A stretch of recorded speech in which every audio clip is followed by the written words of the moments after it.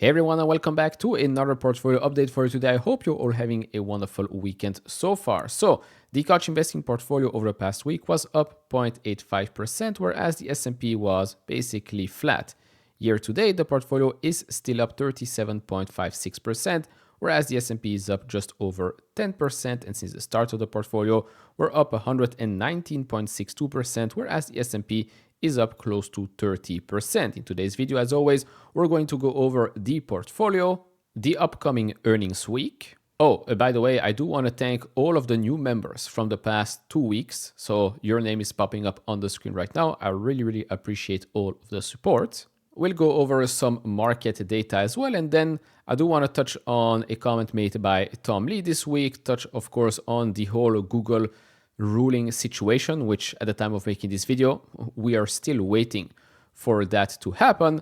Touch on Duolingo situation as well. Some commentary from Intel. A nice piece of news here regarding Nebius. I also talk a little bit about Iron.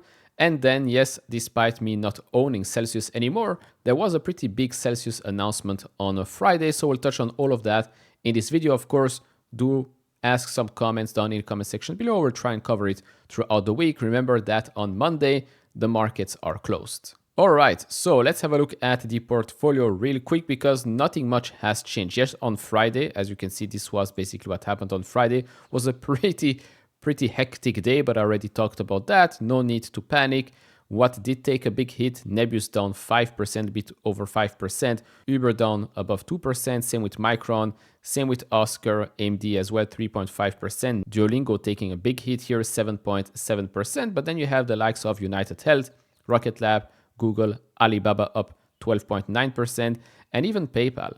PayPal was up also a little bit on Friday, or at least it wasn't down. But all in all, I didn't do anything on Friday. I actually didn't buy anything for throughout the whole week. So far still number one. Then we've got Google Alphabet, Nebius, Rocket Lab, Micron. This is now, I believe, the only company that is yet to report because they usually report, well, depends on how you look at it. It's either super early or super late. The local, AMD, Uber, Alibaba, cash position. I did cover Alibaba in the Friday video. Very happy. Well, I'm happy with the performance. I still view it as a very cheap company to buy, but of course you do get that China non-premium, right? You will never get a premium on a company like Alibaba, or at least not in the short term. But okay, we're still up close to 50% on that position. Then we've got here Meta, PayPal. Of course, PayPal has been reduced because I do have options, which I'll show you in a second. Then we have here Duolingo under $300, Oscar, United Health, Upsellera, Outlet, 3 shares of Nvidia right now, 1 share of Palantir. So I guess, yeah, the only thing I did do is just buy 1 share of Nvidia, another live stream, another share I have to buy. I did cover Cecil and Dave on the channel. I know a lot of you have been asking about that, but yes, the title has been updated and the thumbnail as well. So you should find these videos quite easily right now on the channel. It's companies I put here on the watch list. It's not ones that I will be buying for the portfolio, at least not anytime soon. I am quite happy with what I have right now. Plus, I do also have some options play here, so a very small end phase gamble. Well, not really gamble because these again are January 2027 call options, although it's $105. So yeah, a lot needs to change over the next 12 months for these not to be worthless. Then we've got here Intel, also January 2027, $30. I still think I'll make a decent amount on that. Yes, I was up, I think a week or two ago, over 100% in a matter of a week and a half. Maybe should have sold and then bought shares back.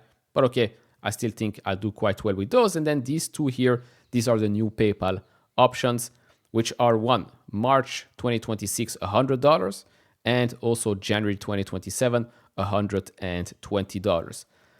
I fully expect for both of them to be a huge success, but then again, I've been wrong before, right? I thought PayPal would have been at $100, although we were quite close at the start of the year.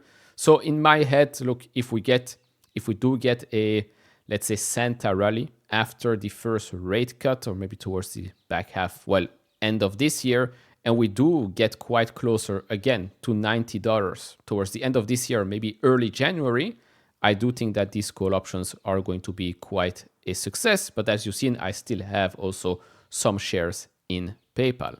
Yes, with call options, you're also trying to time the market, but it is what it is. Then as for the more speculative plays, although as I've said during the live stream, I do think that Iron, CoreWeave, and Applied Digital, they might have started as speculative plays.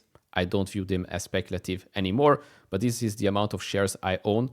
Average cost basis, market value, well, the performance of each position, and then the allocation of these companies in their, well, YOLO portfolio. Of course, right now, I'm doing very well with all of them. CoreWeave is very new, but I'm already up 12% there. Quite happy with that. Will I increase some of these positions? Probably Iron and CoreWeave. Maybe just Iron in this case, because I do still want to increase quite a lot of Nebius. Now, some of you might ask, why do you separate these names from the other portfolio? Well, quite simple. Because in that portfolio, I might be trigger happy, right? And so I do not want this to impact my investment in the usual portfolio, right? If I put those names into a small portfolio where I don't care if I'm trigger happy, then that's fine. If I would have put them with the others, then maybe this would have, well, changed the way I handle the other position. It's just so future me will thank me to have separated these types of names. I actually highly suggest you to try and do the same thing. You have one trigger happy, maybe portfolio where you play around with options and smaller names, and one portfolio where it's buy and hold, and that's about it. Moving on to the upcoming earnings week. On Monday, like I said, markets are closed. On Tuesday, we do have NEO before the market opens, and then Zscaler after the market closes. Zscaler is going to be quite an interesting one. Wednesday, before the market opens, not really that interested in those names, but after the market close, I do think that Salesforce is going to be a very, very interesting one to follow. GitLab is another name, and then C3 AI, or as Dan Ives calls it, the LeBron of AI. Yes, I'm not making this up. This was one of his statements when I think C3 AI changed their name or went public or whatnot. You can find it on X. Figma is also reporting Wednesday after the market closes. Then on Thursday, before the open, basically nothing, but after the close, Broadcom, very, very big deal. Lululemon, DocuSign, UiPath, and that's about it. Broadcom is going to be very interesting, especially after Marvell and, well, the Marvell hit. But then again, I do still think that Broadcom is just a better company, but you're also paying for that better company status. As for Lululemon, could this be another value name that might actually have a good reaction after the earnings report? Could definitely happen.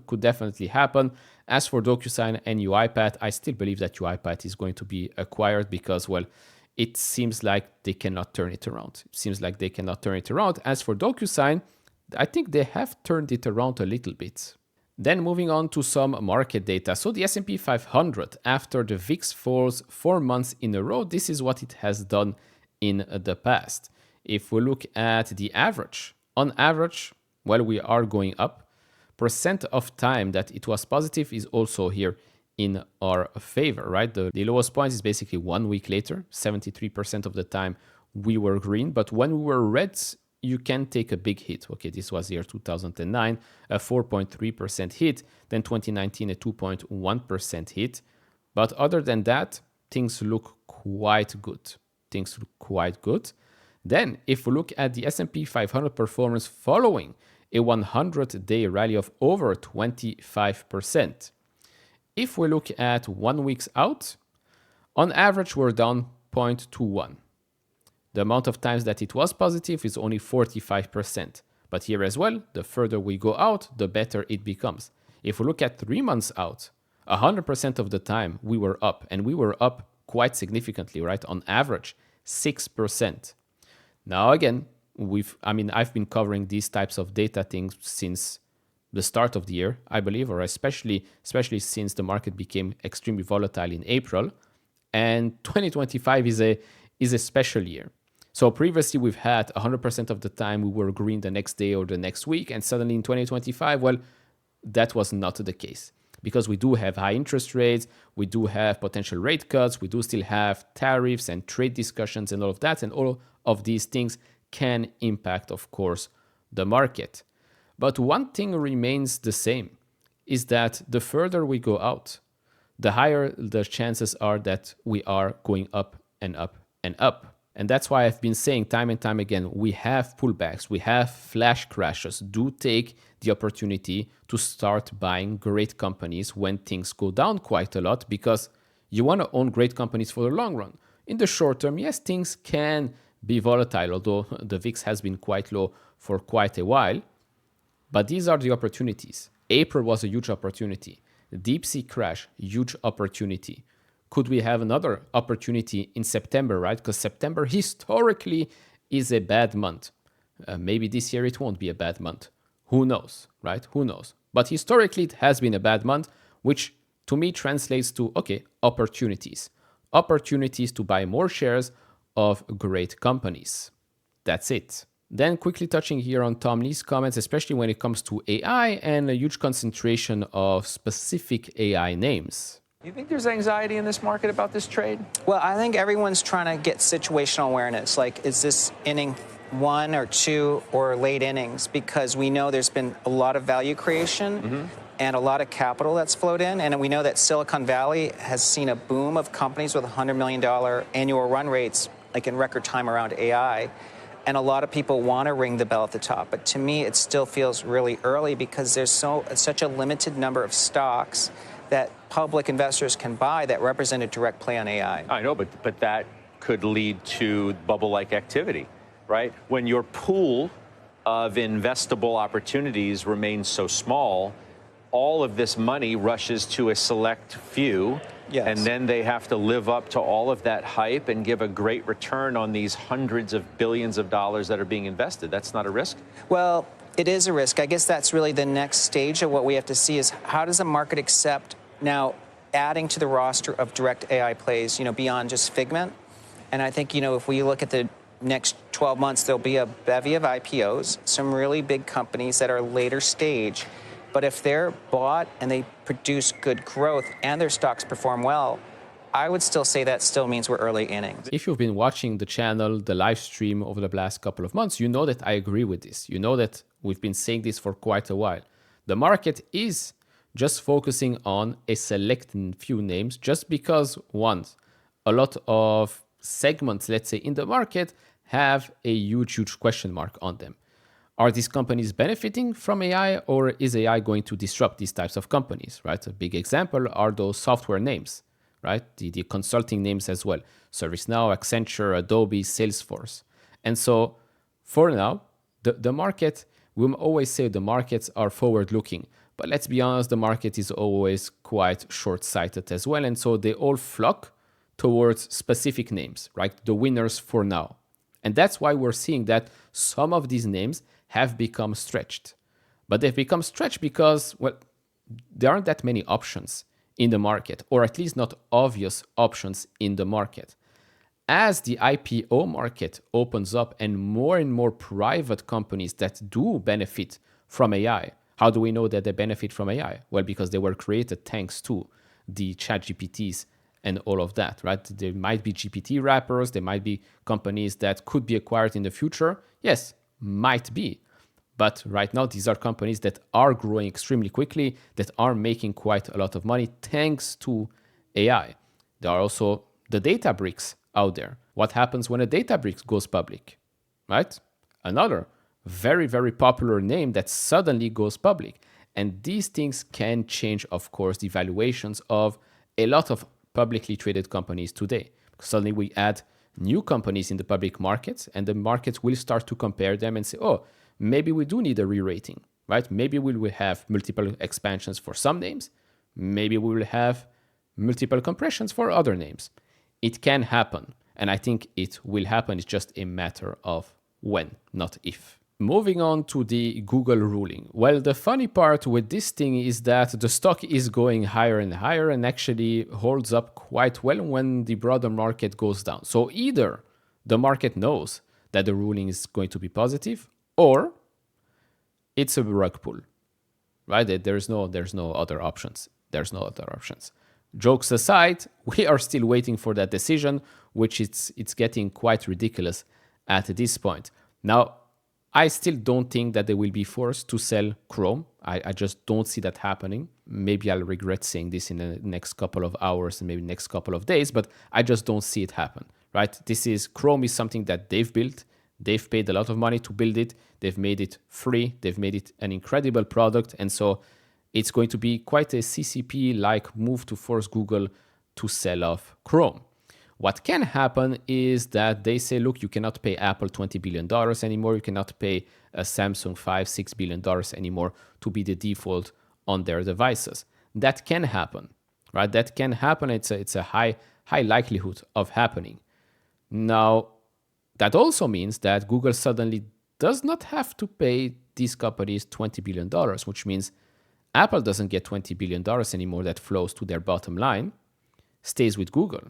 It's quite a lot of money. Now, yes, it can, of course, impact Google negatively because, well, suddenly it's not the default anymore on these devices and they can get hit.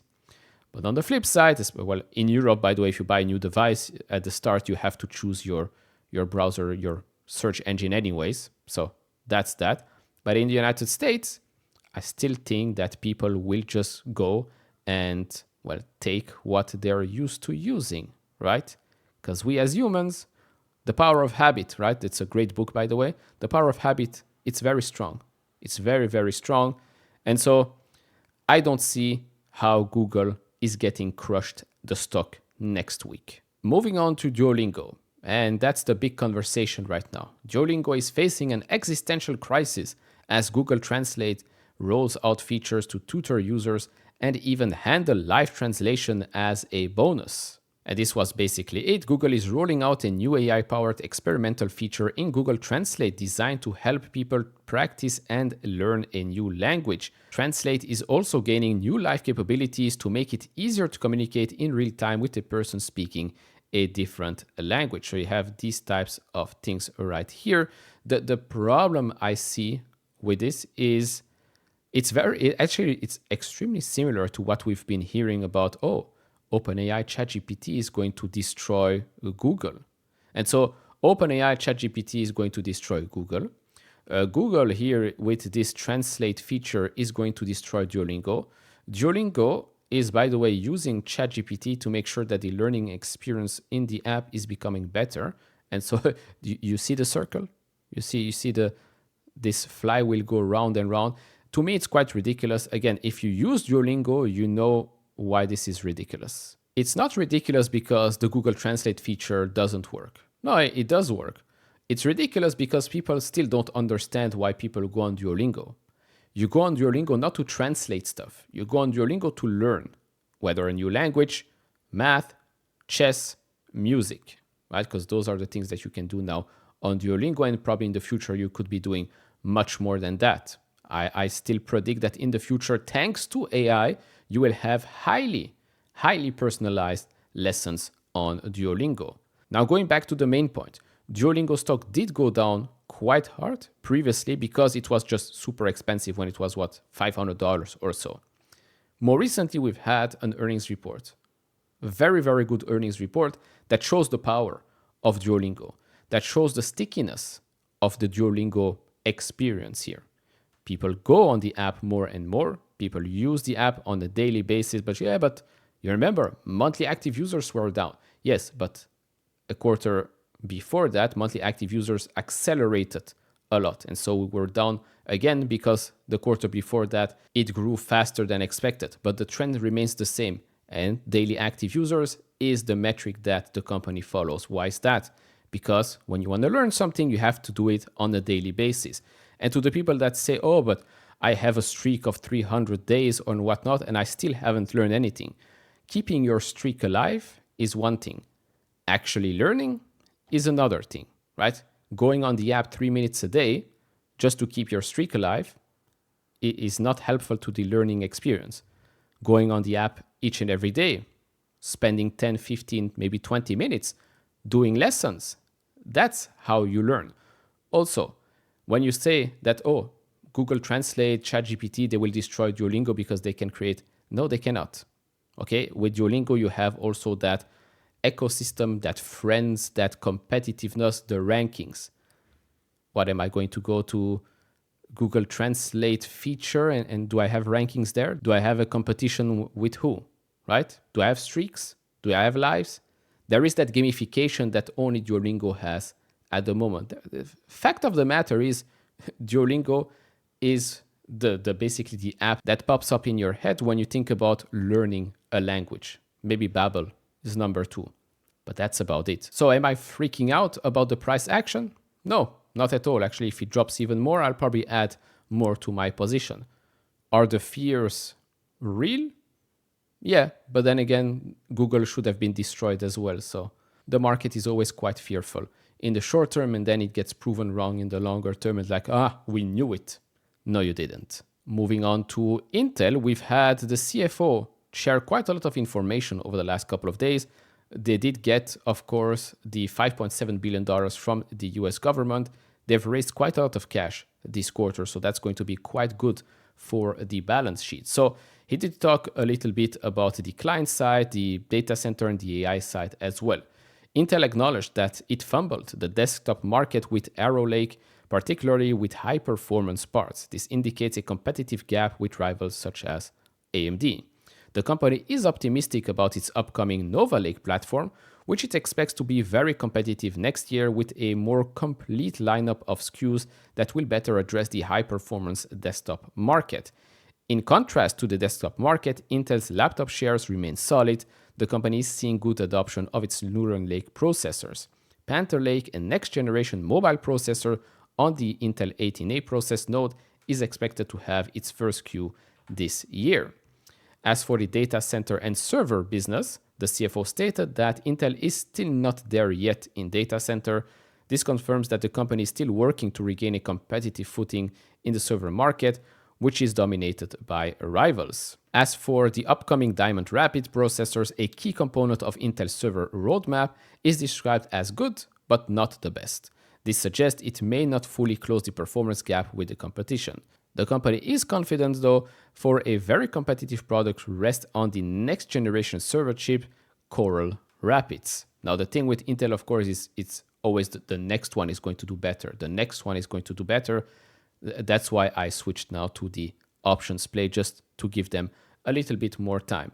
As for the foundry side, because the whole story now around Intel is definitely around the foundry side of things.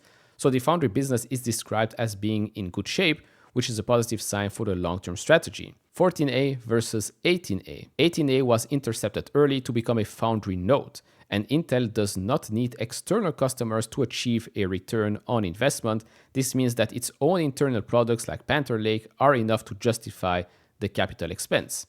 14A, in contrast, was designed from the ground up to be a foundry node and does require external customer commitments for a proper ROI, which is exactly what Libutan has said during the earnings call. This thing about build and they will come, he does not believe that, although I do think that he was playing 4D chess because a couple of weeks later he was in the White House and then, well, the US government did get 10% of Intel, although I still believe, by the way, these are 10% of Intel, no voting rights, no board seats or whatnot. So it's basically using, again, government money, which is your money, taxpayers' money. You get a stake here in Intel. It's not a bailout because in this case, if Intel does recover, turn around and become a much bigger company, well, that's a very good thing for the US. Because usually what happens is that US gives money to companies, bails them out, and that's it, right? You want to be participating in the upside also of these companies. Now, of course, as long as these are non-voting shares, no board seat, then it's good. If this becomes voting shares, board seats, and they do want some control, then you are, well, going in the direction of what China has been doing with its companies. Last two things here, one about Nebius and then Celsius. It rhymes, I know. I did that on purpose because I'm a poet on Sundays. So we did have a LinkedIn post here by the CEO of Data One. If you don't know what Data One is, well, Data One and Nebius partner for the new US 300 megawatt AI data center. Data One and Nebius have launched a collaboration to construct a 300 megawatt data center in Vineland, New Jersey. The first phase of the facility will be delivered in 20 weeks, but that has been delayed, as you can see in that post right here. 50 megawatts now, 300 megawatts next, and one innovation that will change everything. It's been a little over a month since my last update, and here we are about to finalize phase 1 and soon phase 2, with the first 50 megawatt being delivered to our customer Nebius. Yes, we are behind on schedule, around 2 months late. Instead of 4, we will do it in 6. Not because of design flaws or team issues, but simply due to late deliveries from a few suppliers. No names here, but they know. What's next? Not much, just 300 megawatts more to deliver in the next 6 to 9 months. That includes not only the data center, but also the power plant, the cooling plant. Yes, at this scale, chilled water is no longer generated inside the data center, but in a dedicated mega plant, and much more. And so, of course, this is great for Nebius, but what comes next is even more exciting. We know that 2026, 2027 are going to be quite exciting year for Nebius. Now, I've seen a lot of chatter on social media. Again, stocks these days have really become a type of sport, right? If you own one stock, then you automatically have to hate the other stock, right? I've seen this iron folks, iron is the best because it's only bare metal and you don't really need software, so Nebius doesn't even know what they're saying. Plus, iron already has 2.9 gigawatts and land and whatnot, and Nebius has nothing, blah, blah, blah. It's like, guys, if you don't understand a company, just shut up, okay? It's very, very simple. Just because you own one name doesn't mean that the other name is crap. I own both. I own Nebius, I own Iron, and I also own CoreWeave, actually. Why? 3 great companies, 3 great opportunities. Of course, I have way more in Nebius than I have in the others, because I do think that the upside for Nebius is just much, much bigger, and I've explained that in the other videos. That's not me saying that the others are bad companies. No, just in my mind, in my head, this Nebius play is going to work out much better than the others. That's about it. Last thing here, and that's with regards to Celsius. So Celsius on Friday said the following thing. Celsius Holdings and PepsiCo strengthened long-term strategic partnership. Companies will further align strategic energy partnership to better serve retailers and consumers. Celsius Alani new brand joins PepsiCo distribution system, opening access to new channels and broader distributions. Celsius also acquires Rockstar Energy brand in the United States and Canada from PepsiCo, creating a total energy portfolio. PepsiCo has acquired here $585 million in newly issued shares, convertible 5% preferred stock, while extending its existing preferred stock to the same conversion period. Celsius has acquired Rockstar Energy brand in the United States and Canada from PepsiCo. PepsiCo will continue to own Rockstar Energy brand internationally, and Celsius will become the PepsiCo strategic energy lead in the United States, managing the Celsius, Alani Nu, and Rockstar Energy brand, while PepsiCo will lead distribution for the Celsius holding portfolio in the United States and Canada. Very, very good, of course, for Celsius shareholders. Celsius has been, of course, also a turnaround story. This year, stock has more than doubled, and this again reconfirms PepsiCo's commitment into making sure that, well, Celsius remains top of mind, especially in a highly, highly competitive market, which is the energy drink market. So very, very good news, and congrats to all Celsius shareholders. And so with that, we're at the end of this video. Pretty long video, I know, but there was a lot to cover. So hopefully you'll enjoy these types of videos. Do share your thoughts down in the comment section below, and we'll see each other in the next one. Bye-bye.